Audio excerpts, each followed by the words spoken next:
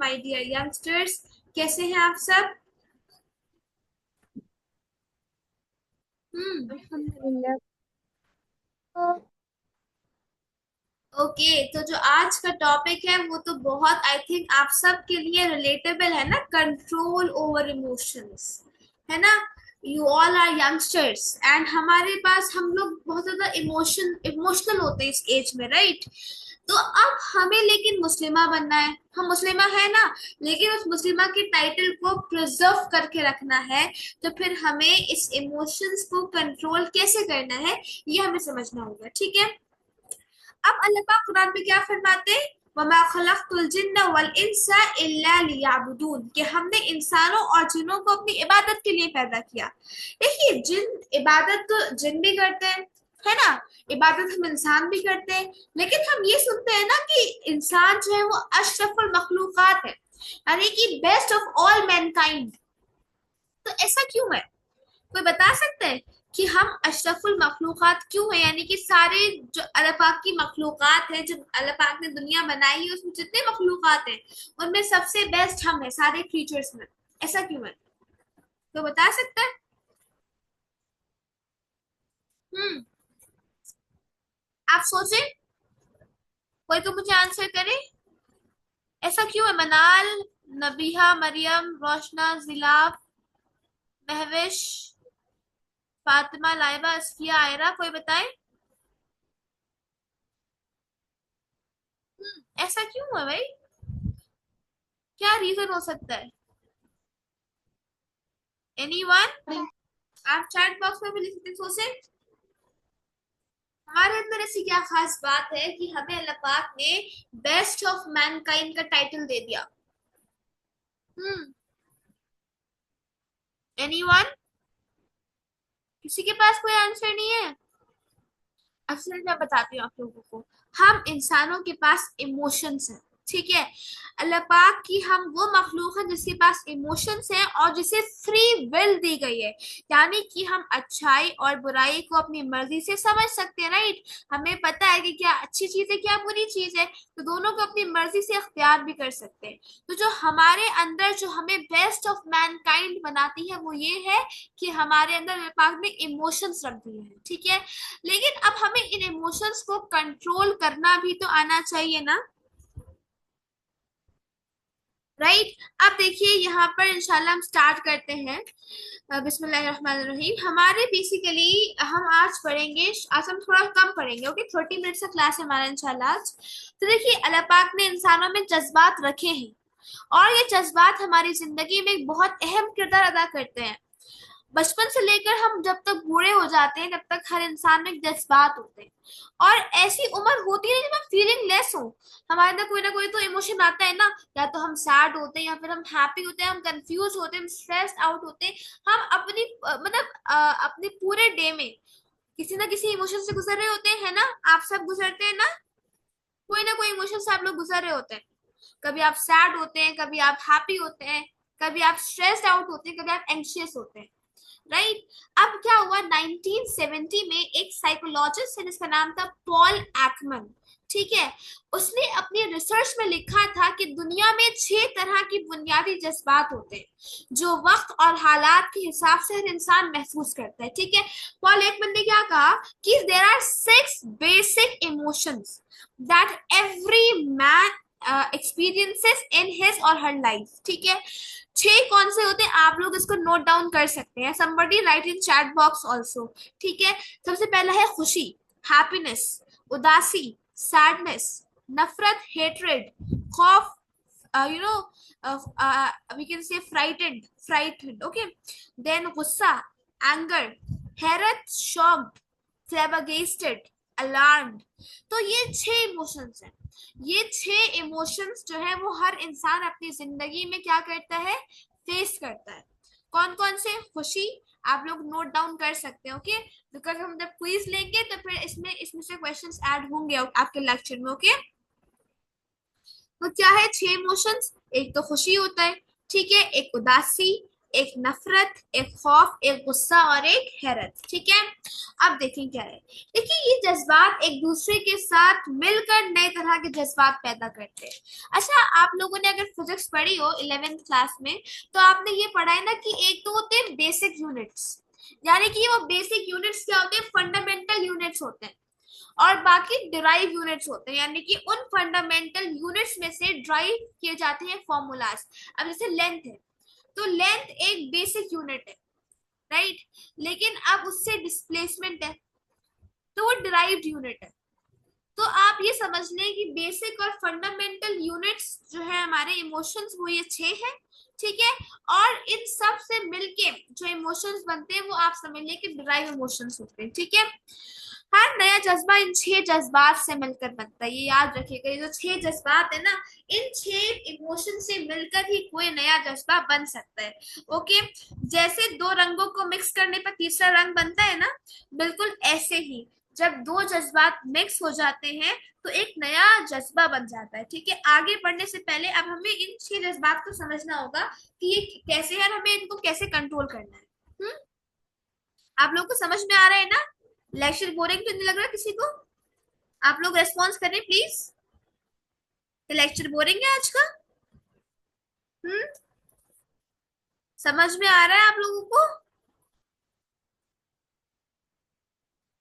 Boring नहीं है ना? पक्का? ठीक है। आई होप कि इजी होगा और ये सब आप अपने आप से रिलेट भी कर पा रहे होंगे। ठीक है। क्योंकि ये इमोशंस हम सब की लाइफ में होते हैं, लेकिन आप मुस्लिमाज हैं तो आपको इन इमोशंस को कंट्रोल करना भी तो आना चाहिए।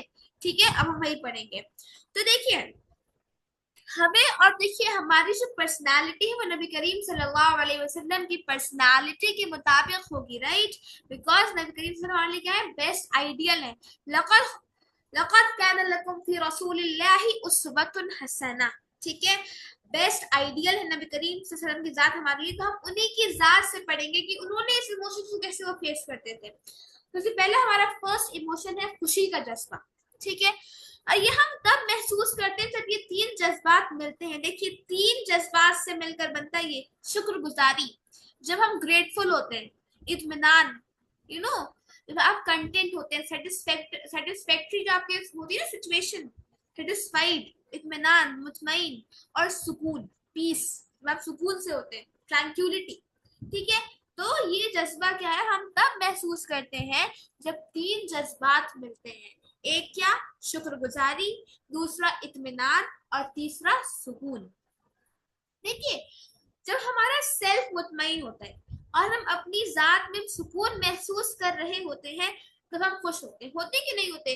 जब आपने कोई अच्छा सा काम किया हो, एग्जाम में अच्छे मार्क्स आए हो, अम्मा की बात मानी हो, है ना, किसी ने आपकी तारीफ की हो, तो आप अंदर से कंटेंट होते हैं, आप मुतमईन होते हैं, राइट। अगर आपने किसी की हेल्प कर दी हो तो आपको क्या मिलता है, एक सुकून मिलता है। जब आपको खुशी मिलती है ना, तो वही है कि सुकून है तो खुशी है, राइट। तो सुकून इंसान को जो है बहुत डिफरेंट चीजों से मिल सकता है, और हर एक की सुकून की वजह भी डिफरेंट होती है, राइट। जैसे जब हमारा कोई गोल मुकम्मल होता है ना, जब हमारी मेहनत, किसी मेहनत पर हमें अच्छा रिवॉर्ड मिलता है, या फिर हमने कोई कामयाबी हासिल की होती है, तो उस वक्त हमारा दिल सुकून और ग्रैटिट्यूड से, है ना, शुक्रगुजारी से बिल्कुल भरा हुआ होता है। और जब हमें कोई खुशी पहुंचती है तब हम लोगों से भी बहुत अच्छी तरह से मिलते हैं, है ना। आप कहते हैं ना कि बहुत सारे लोग होते हैं कि आज तुम कुछ भी कह लो, मेरा मूड खराब नहीं होने वाला, मैं बहुत खुश हूँ। वैसे मिलकर ना लोगों से हमारा एक एनर्जी लेवल ही डिफरेंट होता है। हम बहुत ज्यादा एनर्जेटिक होते हैं, है ना, बहुत एनर्जी होती है हमारे अंदर। तो ये सब चीजें होती है हमारे अंदर, राइट। तो और फिर क्या होता है, हमारे लहजे से, हमारे एक्सेंट से पता चल रहा होता है कि हम बहुत खुश हैं। और हमारे चेहरे पर भी बहुत ज्यादा इत्मीनान होता है, सुकून होता है, मुस्कुराहट सी होती है, राइट। तो अब साइकोलॉजी कहती है कि जब इंसान ज्यादा खुश रहता है ना, तो इंसान लंबी जिंदगी जीता है, ये साइकोलॉजी कहती है। और उसकी सेहत बहुत अच्छी होती है, और दिमागी तौर पर बहुत रिलैक्स महसूस करता है। मतलब छोटी छोटी बातों पर वो ओवर रिएक्ट नहीं करता, और उस इंसान के पास से बहुत पॉजिटिव वाइब्स आती है, जो उसकी तरफ इंसानों को अट्रैक्ट करती है या इंसानों को इम्प्रेस करती है। तो देखें, हमें क्या करना है, हमें खुश रहना है, राइट। खुश रहना है, क्यों? क्योंकि साइकोलॉजी क्या कहती है कि अगर इंसान को जो है वो लंबी जिंदगी जीनी, तो उसको खुश रहना है। क्योंकि देखिए, जो खुश लोग होते हैं ना, उनको टेंशन नहीं होती, वो रिलैक्स रहते हैं हर सिचुएशन में, कूल एंड काम, राइट। इसलिए यानी ये खुशी का जज्बा हमारे लिए किस कदर फायदेमंद है। और देखिए, अल्लाह पाक भी हमारे खुश रहने को प्रमोट करता है। अल्लाह पाक ने क्या कहा सूरह अलम नशरा में, फ़इन्न मअल उस्रि युसरा वइन्न मअल उस्रि युसरा, कि बस बेशक हर मुश्किल के साथ आसानी है, और बेशक हर मुश्किल के साथ आसानी है। अल्लाह पाक ने इसको 2 टाइम्स रिपीट किया, इसको एम्फेसाइज किया है कि मुश्किल है तो आसानी भी छुपी है उसमें। अब आप कहेंगे ना कि हम अगर सैड है तो हम खुश कैसे हो सकते हैं, तो आप इस आयत को पढ़ के खुश होइए कि अल्लाह पाक क्या कह रहे हैं, फ़इन्न मअल उस्रि युसरा, कि मुश्किल के साथ क्या है, आसानी है। Indeed with difficulty comes ease। देखिए, बात अल्लाह पाक ने ये नहीं कहा कि मुश्किल के बाद मैं तुम्हें राहत दूंगा, बल्कि अल्लाह पाक ने ये कह दिया कि मैं तुम्हें मुश्किल के साथ आसानी दूंगा, राइट। तो अल्लाह पाक भी आपको खुश देखना चाहते हैं। अल्लाह पाक चाहते हैं कि आप अपनी स्ट्रेस आउट, जो आपकी इमोशन होता है, आप स्ट्रेस आउट होते हैं, तो उसमें भी आप खुश रहें। आप उसमें तलाश करें कि क्या खुशी अल्लाह पाक ने आपके लिए भेजी है उस मुश्किल में भी, राइट। अब क्या होता है, देखिए, इसमें जो उसर है ना, उसर, तो उसर कहते हैं मुश्किल को, और युसर कहते हैं आसानी को। तो जब मुश्किल आती है ना, तो इंसान कैसा फील करता है, इंसान अपने अंदर तंगी महसूस कर रहा होता है, घुटन सी होती है, वो भागना चाहता है, चिल्लाना चाहता है, रोना चाहता है, राइट। ये उसकी कैफियत होती है। और जितने भी नेगेटिव जज्बात और रद्द अमल है, वो उसी तंगी की सूरत में पेश आते हैं। यानी देखिए, जब प्रॉब्लम आती तो इंसान नेगेटिव हो जाता है ना, पेसिमिस्टिक हो जाता है, उसे समझ नहीं आता कि क्या करना है। तो सारे नेगेटिव इमोशंस, नेगेटिव वाइब्स उसी टाइम आती है जब इंसान क्या होता है, उसर में होता है, मुश्किल में होता है, तंगी में होता है, ठीक है। आसानी हमारे लिए खुशी के रास्ते खोलती है। जब किसी भी मामले में हमें कोई आसानी पेश आ जाए, हमारा कोई बड़ा मसला हल हो जाए, तो क्या होता है, जैसे जॉब लग जाए, सैलरी बढ़ जाए, ठीक है, कोई हमारी जो माली परेशानी आई हुई है हमारे घर में वो दूर हो जाए, तो हम क्या करते हैं, ईज में, यानी कि सुकून में आ जाते हैं, खुशी में आ जाते हैं, आसानी में आ जाते हैं, हम रिलैक्स हो जाते हैं। और हमारे जो हार्मोन्स होते हैं वो खुशी वाले जज्बात पैदा करते हैं, जिससे हमें इत्मीनान और सुकून मिलता है। तो अल्लाह पाक कुरान में क्या फरमाते हैं, हर मुश्किल के साथ आसानी है, यानी हर नेगेटिव अमल के साथ क्या है, एक पॉजिटिव अमल भी शामिल है। लेकिन ऐसा नहीं है कि मुश्किल आए और फौरन ही में बाहर निकलने का रास्ता बताने के लिए कोई आदमी आ जाए, राइट, या बंद दरवाजे की चाबी देने कोई खुद चल कर आ जाए, राइट। आप ये समझे ना कि अगर अल्लाह पाक ने ये कहा है कि मुश्किल के साथ आसानी है, तो फिर इसका मतलब तो ये होगा कि अगर कोई मुश्किल आए तो कोई हमारी हेल्प करने आ जाए। नहीं, ऐसा नहीं होता। आप देखते क्या होता है। तो देखिए, इस आयत में अगर हम गौर करें, तो एक चीज जो हमें समझ आएगी वो ये है कि हर नेगेटिव जज्बे में, ठीक है, हर मनफी, हर नेगेटिव जज्बे में अगर हम खुद पर कंट्रोल रखें, control over emotions, right, control रखें, और अपने ऊपर गम, गुस्सा, ठीक है, उदासी, पैसिमिस्टिज्म, ठीक है, और नाउमीदी और बेबसी और वो गालिब ना आने दें, तो हमें इस मुश्किल से बाहर निकलने का रास्ता खुद ही नजर आ जाएगा। आपको पता है, जब आप सैड होते हैं, जब आपका दिमाग बिल्कुल ओवरवेल्ड होता है सैडनेस से, तो आप कुछ सोच नहीं पाते, तो अल्लाह पाक ये चाहते हैं कि आप जब सैड हो, जब आप अपने ऊपर तंगी महसूस करें, आपके ऊपर कोई मुश्किल आए, तो आप उस वक्त जो है वो बिल्कुल अपने आप को, जो अपने ऊपर सैडनेस को हावी नहीं कर ले, कि आप कुछ सोचने के काबिल ही नहीं रहे। ठीक है, अगर आप सोचने के काबिल नहीं रहेंगे तो फिर कैसे जो है वो आपको मिल जाएगा कोई सोल्यूशन, राइट? तो इसलिए, और हालात को हम खुद बदल सकते हैं, कोई आकर हमारे हाल नहीं बदलता, ये हकीकत है ना। आपने सुना भी होगा, इंग्लिश में प्रोवर्ब है कि God help those who help themselves, right? अगर आप खुद से खुद की मदद नहीं करेंगे तो फिर आपकी कोई मदद करने वाला नहीं आएगा। ओके, तो आपने अगर कोई भी प्रॉब्लम हो तो कूल एंड काम माइंड से सोचिए कि इसका सोल्यूशन क्या हो सकता है। अगर ये आजमाइश अल्लाह पाक की तरफ से आई है मेरे ऊपर, तो मैं इसको कैसे सॉल्व आउट कर सकती हूँ। ठीक है, देखिए, रास्ता हमने खुद ढूंढना है और उससे बाहर भी खुद निकलना है। इसी को कहा गया युस्र, यानी कि आसानी। युस्र से जरा मुख्तलिफ लफ्ज है सही। सही मतलब होता है कोशिश। ओके, सही मतलब कोशिश होता है। ठीक है, तो उसके माना है कोशिश, राइट? अगर हमें युस्र चाहिए तो फिर हमें कोशिश करनी होगी, हमें सही करनी होगी, और इस बात को जहन नशीन कर लेंगे तो कामयाबी आप ज्यादा दूर नहीं है। आसानी मिलती है कोशिश से, सेल्फ कंट्रोल से, हाजिर दिमागी से। भाई, इंसान जो है अपनी अपनी हेल्प खुद नहीं करे, वो हाथ पे हाथ रख के बैठ जाए कि कोई आ जाएगा मेरा मसीहा, नहीं। इंसान अपना मसीहा और अपना सेवियर खुद होता है। अल्लाह पाक की मदद से उसे खुद को खुद बचाना होता है। ठीक है, तो अपनी इमोशंस को कंट्रोल में रखना होता है, अपने ऊपर गम को, उदासी को हावी नहीं होने देना होता है। ठीक है, इसको इतना ज्यादा स्ट्रांग नहीं बनाना होता कि ये आपको ओवरवेलम करे, बल्कि आप इतने पावरफुल हो, इतने स्ट्रांग हो कि आप इसको खत्म करते हैं। ओके, अब अल्लाह पाक हमें बताते हैं कि आसानी कैसे हासिल होती है ना? अब आप सोचेंगे कि कैसे हासिल हो आसानी, कोई तो इसका रास्ता हो। अब सुने, बहुत प्यारी आयत है कुरान की, वमन यत्तक़िल्लाह यजअल लहू मिन अमरिही युस्रा, कि और जो अल्लाह से डरे यानी तकवा इख्तियार करे तो अल्लाह उसके काम में आसानी फरमा देगा। अच्छा, एक बात सुने, अब बहुत ज्यादा हमारे यूथ में कॉमन है, वो म्यूजिक को समझते हैं अपनी सोल का चार्जर, अपने इमोशंस का कंट्रोलर। ऐसा है? How many of you think कि म्यूजिक जो है वो आपको काम and cool and relax feel करवाता है? How many of you think, और फिर आप फील करते हैं ऐसा? क्योंकि यही पढ़ाया जाता है स्कूल्स में भी कि म्यूजिक इज अ थेरेपी, है ना? आप में से कौन कौन समझता है? बताएं मुझे। आप चैट में लिखिए प्लीज, रेस्पॉन्स करें वरना क्लास बोरिंग हो जाएगी। Interact. Okay, this is your discussion room, यहाँ पे मैं भी आपसे सीखूंगी, आप भी मुझसे सीखेंगे। आप लोग क्या समझते हैं म्यूजिक के बारे में? क्या म्यूजिक आपको हील कर सकता है आपकी मुश्किलात में? आपका अगर माइंड स्ट्रेस आउट है तो क्या वो आपको डिप्रेशन से निकाल सकता है? बताएं। ओके, मनाल को लगता है आप, मरियम ऐसा सोचती थी। अच्छा मरियम, अब आप कैसे सोचती है, मतलब म्यूजिक क्या वाकई में ऐसा होता है, मतलब आपको लगता है? जी मरियम बताइए। ओके, फातिमा डोंट बिलीव, ठीक है। मरियम, अब आपको कैसा लगता है, मतलब अब भी क्या आपको लगता है कि music is your therapy? Okay, now you prefer not. Okay great. देखिए, जो मैं आपको अपना पर्सनल ओपिनियन बताऊं, तो music is not our therapy, but according to one hadith of Nabi Kareem sallallahu alaihi wasallam, he said कि music is the alcohol for the soul। ठीक है, ये अल्कोहल है आपकी रूह के लिए। यह आपको सुकून नहीं, आपकी रूह को तबाह कर देता है।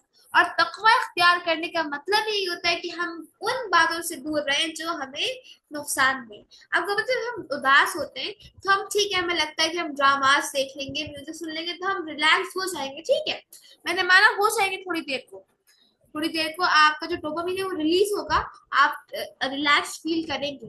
लेकिन आपने ये सोचा है कि इस पूरे प्रोसीजर में आप स्ट्रेस्ड आउट है, अल्लाह न करे अगर आपको जो है वो मौत आ जाए उस वक्त, तो फिर आप किस हालत में अल्लाह के पास जाएंगे? आपने तौबा भी नहीं करी होगी उस वक्त तक तो, राइट? तो इसलिए अल्लाह पाक ने कहते हैं कि आसानी तब मिलेगी जब अल्लाह पाक से डरेंगे, हम अल्लाह पाक का तकवा इख्तियार करेंगे, अल्लाह पाक से मुश्किल में मदद मांगे, बिकॉज अल्लाह पाक से ज्यादा हेल्प करने वाला कोई नहीं है। और अगर आप म्यूजिक सुनेंगे ना, तो फिर आपका जो हलाल में से जो पार्ट है, यानी कि अगर आपको अल्लाह पाक ने आपके लिए नात में, नशीद में, ठीक है, मजा रखे, तो फिर आपका वो कम हो जाएगा और आपको उतना हराम में मजा आने लगेगा।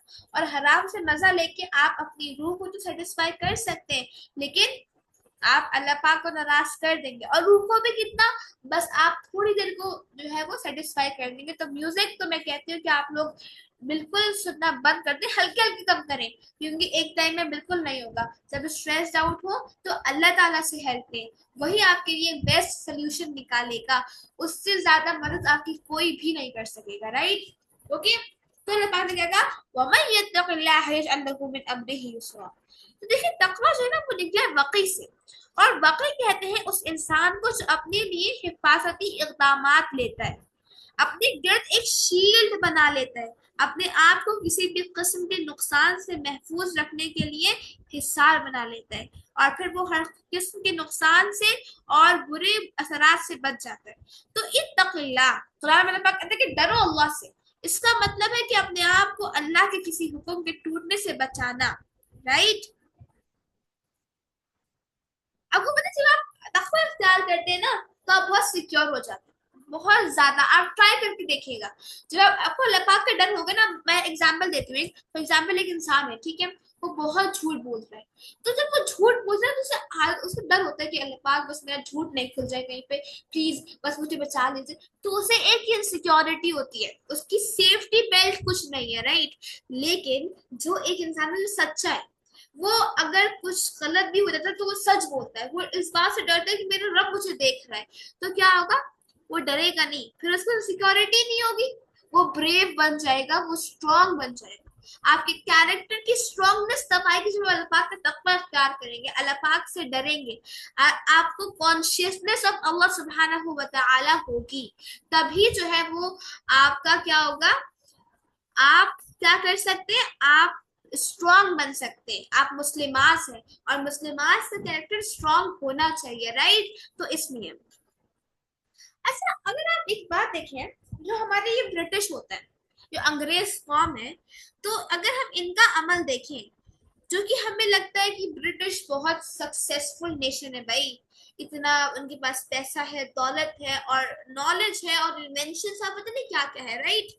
तो वो हर चीज में परहेज की पॉलिसी अख्तियार करते हैं, यू नो, बैक प्लान जिसे हम बोलते हैं, प्रिकॉशनरी मेजर्स लेते हैं वो, ठीक है, कि बीमारियों से खुद को कैसे बचाना है, गंदगी से कैसे बचाना है, अपनी सेहत को कैसे बरकरार रखना है, ठीक है, तो इन सब का वो बहुत ख्याल रखते हैं। देखिए ये क्या है, ये हमारा जाहिरी तकवा है, लेकिन हम मुसलमानों को अल्लाह पाक ने बातनी तकवा भी अख्तियार करने का हुक्म दिया है, यानी कि हमारा एक्सटर्नल और इंटरनल दोनों तकवा होना चाहिए। उनके पास तो खाली एक्सटर्नल है, हमारे पास तो अल्लाह पाक ने हमें इंटरनल भी हुक्म दिया है, राइट? तो हम तमाम इंसानों के पास एक दिल है, दिल है, राइट? ये दिल ही है जो तमाम चीजों को महसूस करता है, और अल्लाह पाक नहीं चाहते कि हमारा दिल मर जाए, और म्यूजिक से ना आपका दिल मर जाता है। यकीन माने, जब आपका दिल बिल्कुल कुछ भी फील नहीं कर पाता, बस म्यूजिक की लिरिक्स आपके माइंड में घूमती रहती है, तो म्यूजिक आपके दिल को भी मार देते हैं, और दिल का मरना बहुत सख्त होता है, फिर दिल का जिंदा करना बहुत सख्त होता है। तो एक बार दिल को अगर आपने, अगर वो मर गया, अल्लाह ना करे, तो फिर बहुत बड़ी मुसीबत आ जाएगी, राइट? देखिए बातिनी तकवा दिल की नशोनुमा में अहम किरदार अदा करता है, और जब दिल सलामत होता है ना, तो फिर इंसान का जो कैरेक्टर है वो निखरता है। आपने बहुत से लोगों को देखा होगा कि वो मतलब अपने फिजिकल जो उनकी वो होती है फीचर्स, वो उनसे अट्रैक्टिव नहीं लगते, राइट? लेकिन जब जो है आप अगर उनके पास जाते हैं, आप उनका, आप लेकिन उनसे अट्रैक्ट होते हैं, क्यों? क्योंकि आपको पता है उनके कैरेक्टर बहुत स्ट्रांग होता है। और इमाम इब्न कय्यिम का एक कौल है कि अगर आपके जो आइसोलेशन है वो पाक हो, अगर आप अल्लाह पाक से डरने वाले हो, तो जो आपकी पब्लिक लाइफ है ना, वो ऑटोमेटिकली क्या होगी, खूबसूरत हो जाएगी। ओके, का ये बहुत लंबा टॉपिक है, आई थिंक टाइम हो गया हमारा, 9 बज गए, आई थिंक सो। तो इंशाल्लाह हम नेक्स्ट क्लास में कंटिन्यू करेंगे। आई होप समझ में आया सबको। जी, समझ में आया? पक्का? कोई क्वेश्चंस है? अच्छा, बोरिंग तो नहीं लगा आज का क्लास?